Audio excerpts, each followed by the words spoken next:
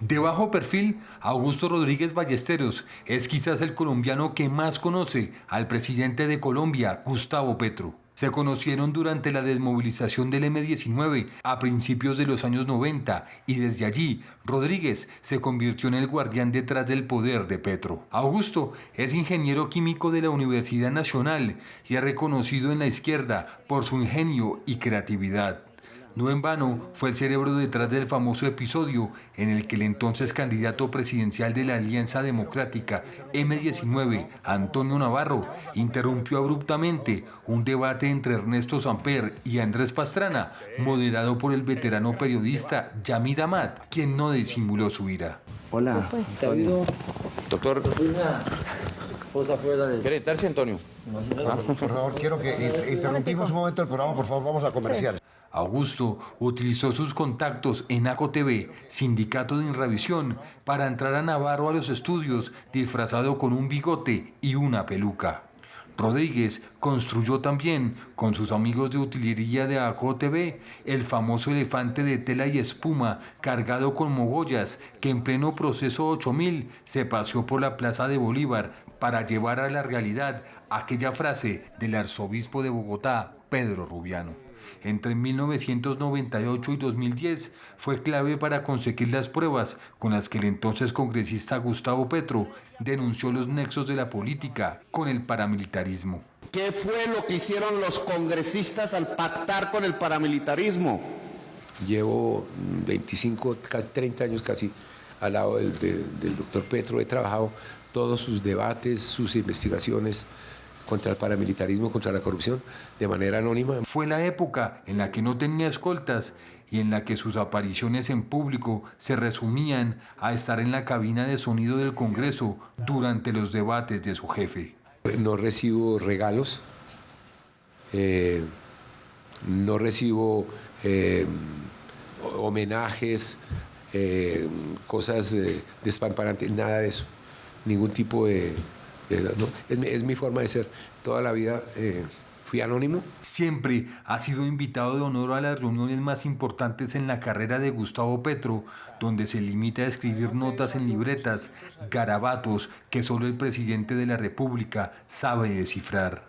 En la alcaldía de Bogotá fue el asesor más importante del despacho e integró la junta directiva del modelo público de aseo. Tras ganar la presidencia, Petro confió en su más fiel escudero, la misión de acabar las mafias que se apoderaron de la UNP. En esas estaba cuando sicarios trataron de silenciarlo la noche anterior. Ese objetivo y esa decisión de acabar con la vida de Augusto Rodríguez tenía fundamentalmente un mensaje político. Querían acabar con la vida de un hombre muy cercano en la vida política de Gustavo Petro, no ahora, sino desde el momento en que nosotros hicimos los acuerdos de paz como M-19. Dicen que es el recurso que utilizan los políticos para hablar con Petro. Por eso se puede convertir en un puente o en una muralla. De ese tamaño es el poder de Augusto Rodríguez en la vida pública del presidente. Importantísimo ese perfil que acaba de hacer Fabián acerca de cómo es la relación entre Augusto Rodríguez y el presidente Gustavo Petro. Porque evidentemente, más allá de la cercanía y de la estrechez de esta relación, hay gente que dice que con este atentado se atentó muy cerca del presidente de la República. Evidentemente eso tiene su significado simbólico, afortunadamente no pasó a mayores, por supuesto que hubo un gran susto de parte de este director de la Unidad Nacional de Protección, su hija, y fuera de eso, pues el sicario que falleció, pero digamos que pudo haber sido mucho peor.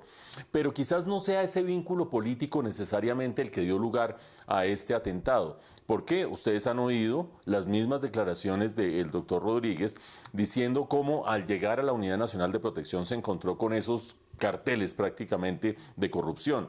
Uno, de llevar droga en los carros de la Unidad Nacional de Protección. Otro, de falsos blindajes, es decir, cobrar blindajes de carros que en realidad no están blindados. con el riesgo que además eso significa para las personas protegidas. Otro, con la contratación de esos mismos carros, no dar carros cuando se contratan, no dar carros malos, etcétera, etcétera. Es decir, toda una mafia enquistada dentro de la Unidad Nacional de Protección, con el agravante que existe la hipótesis de que se trata del sindicato o de los sindicatos de la Unidad Nacional de Protección. Viene posteriormente un mensaje, un tuit del presidente Gustavo Petro que amplía el espectro y dice que se han encontrado mafias en el gobierno, al entrar al gobierno, dentro de la Unidad Nacional de Protección, dentro de la SAE, cosa que ya sabíamos, la Sociedad de Activos del Estado, dentro de la Fiscalía también dice que existen esas mafias, y en esa medida hay de por medio esta inserción de la delincuencia dentro de las entidades claves del Estado, sobre todo aquellas que interactúan con el narcotráfico.